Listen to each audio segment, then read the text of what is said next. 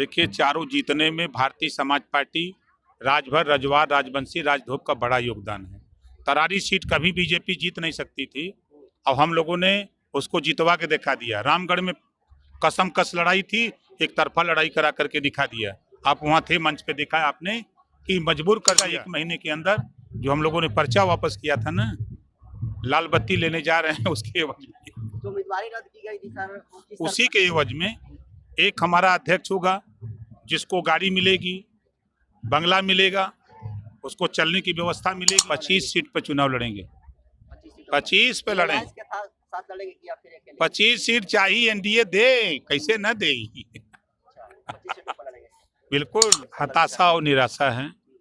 संभल में जिन लोगों ने पहली बार मुसलमानों ने बीजेपी को वोट कर दिया, सपा की जमानत जब्त हो गई, तो वोट देने वाले या वोट न देने वालों के बीच में, सपा के वोटर और बीजेपी को वोट देने वालों के बीच में झगड़ा हुआ है। इस झगड़े को लेकर के विपक्ष परेशान है कि मुसलमान कहीं हमारा साथ छोड़ दिया तो हमारा क्या होगा। शोले फिल्म में जैसे गब्बर ने कहा कि तेरा क्या होगा कालिया। कोई हड़बड़ी नहीं है। आप शांति में आह्वान किए हैं, इसके बारे में क्या? देखिए, देश में महिलाओं की आबादी आधी है। आधी आबादी वालों को हक हिस्सा देने से लोग कतरा रहे थे। देश के प्रधानमंत्री माननीय नरेंद्र मोदी जी ने 33% रिजर्वेशन लागू किया है। उन 33% रिजर्वेशन महिलाओं को मिले कैसे, जागरूक करना, उनको भी राजनीति में आगे ले आना।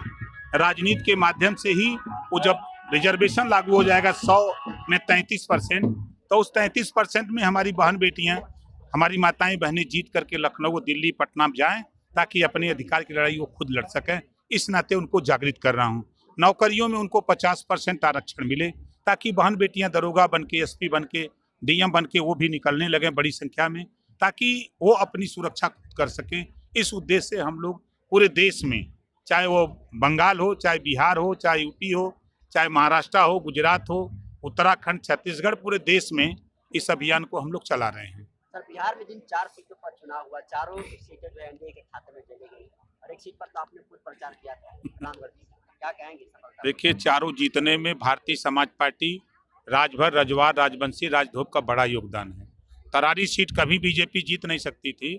अब हम लोगों ने उसको जितवा के दिखा दिया। रामगढ़ में कसम कस लड़ाई थी, एक तरफा लड़ाई करा करके दिखा दिया। आप वहां थे, मंच पे देखा आपने कि मजबूर कर दिया। ये बड़ा वोट है, 48% वोट है। इस वोट की कोई गिनती नहीं है, जो अति पिछड़ा वोट है। इस वोट को हम लोग जागृत कर रहे हैं। इस वोट के दम पे आने वाले दिनों में आप देखिएगा, 1 महीने के अंदर जो हम लोगों ने पर्चा वापस किया था ना, लाल बत्ती लेने जा रहे हैं उसके एवज में, जो उम्मीदवारी रद्द की गई थी सर, उसी के एवज में एक हमारा अध्यक्ष होगा जिसको गाड़ी मिलेगी, बंगला मिलेगा, उसको चलने की व्यवस्था मिलेगी। 2 हमारे उपाध्यक्ष होंगे जिन्होंने पर्चा भरा था, जिनका पर्चा वापस कराया गया था, उन दोनों को यही हिस्सेदारी देने का काम और हम लोग दिलाने का काम शुरू करने जा रहे हैं। सर, बिहार में विधानसभा का शीतकालीन सत्र चल रहा है और 5 दिन से शीतकालीन सत्र चल रहा है। तेजस्वी यादव ने 65% आरक्षण का मुद्दा उठाया है और स्मार्ट मीटर का विरोध किया है। क्या कहेंगे? कहा है कि जो पिछड़ी जाति, अति पिछड़ी और अनुसूचित जाति, अनुसूचित जो जनजाति, उनको 65% रिजर्वेशन मिलना चाहिए। क्या कहेंगे? तो सरकार है, तो सरकार रही तो आपने क्यों नहीं दिया? जब सरकार उनकी रही, 76 बार रही है, 68 बार रही है, ये लोग क्यों नहीं देते हैं? जब चुनाव नजदीक आता है तो कोई 65% की बात करता है, कोई 100% की बात करता है। सरकार में जब सब लोग रहते हो तो हिस्सेदारी क्यों नहीं देते हो? क्या कारण है?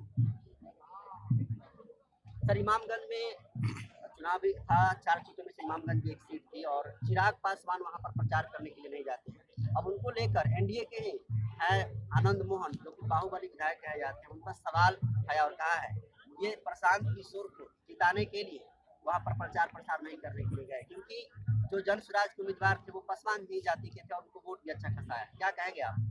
वो कह रहे हैं एनडीए के साथ तो है लेकिन इंटरनली दूसरों की मदद कर रहे हैं। देखिए, वो उनका विषय है। हम अपनी ताकत खुद तैयार कर रहे हैं। आज आपने इस तेलपा के मैदान में आपने महसूस किया होगा, कुछ तो महसूस हुआ होगा। ये पहली बार हम लोग ही नहीं, इस तेलपा मैदान में पहली बार हम लोग कार्यक्रम किए हैं और इस कार्यक्रम से आप खुद महसूस कर सकते हैं कि भारतीय समाज पार्टी किस ऊंचाई तक पहुंच चुकी है। अंदर अंदर हम लोग 20 साल से काम कर रहे थे। अब चुनाव नज़दीक है।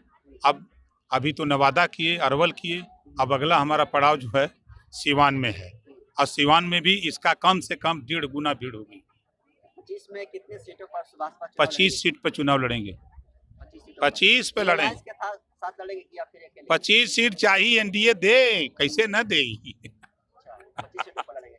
बिल्कुल। एक आखिरी सवाल लेंगे सर, चंद्रशेखर आजाद हैं, उन्होंने योगी सरकार पर हमला बोला है और कहा है कि जो पूर्वांचल विद्युत वितरण निगम है और जो दक्षिणांचल विद्युत वितरण निगम है उसको योगी गवर्नमेंट निजीकरण कर, क्या कहेंगे आप, जिसमें 42 जिले आते हैं?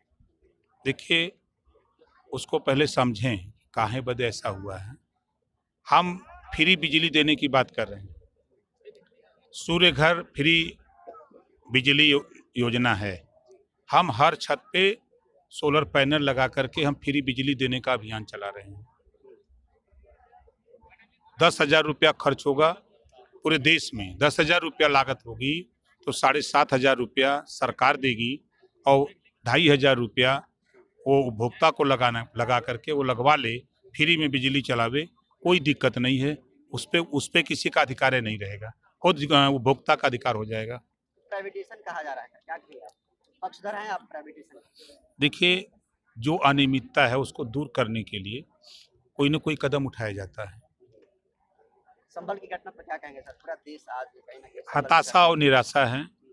संभल में जिन लोगों ने पहली बार मुसलमानों ने बीजेपी को वोट कर दिया, सपा की जमानत जब्त हो गई, तो वोट देने वाले या वोट न देने वालों के बीच में, सपा के वोटर और बीजेपी को वोट देने वालों के बीच में झगड़ा हुआ है। इस झगड़े को लेकर के विपक्ष परेशान है कि मुसलमान कहीं हमारा साथ छोड़ दिया तो हमारा क्या होगा। शोले फिल्म में जैसे गब्बर ने कहा कि तेरा क्या होगा कालिया। सर, धीरेन्द्र की शास्त्री को लेकर आपका एक बयान आया है कि वो ड्रामा कर रहे हैं, पॉलिटिकल ड्रामा कर रहे हैं, क्या कहेंगे आप? देखिए, वो उनका काम है, हमारा अपना काम है। हम भी तो ड्रामा कर रहे हैं। आप भी ड्रामा कर रहे हैं। राजनीतिक ड्रामा नहीं हो रहा है।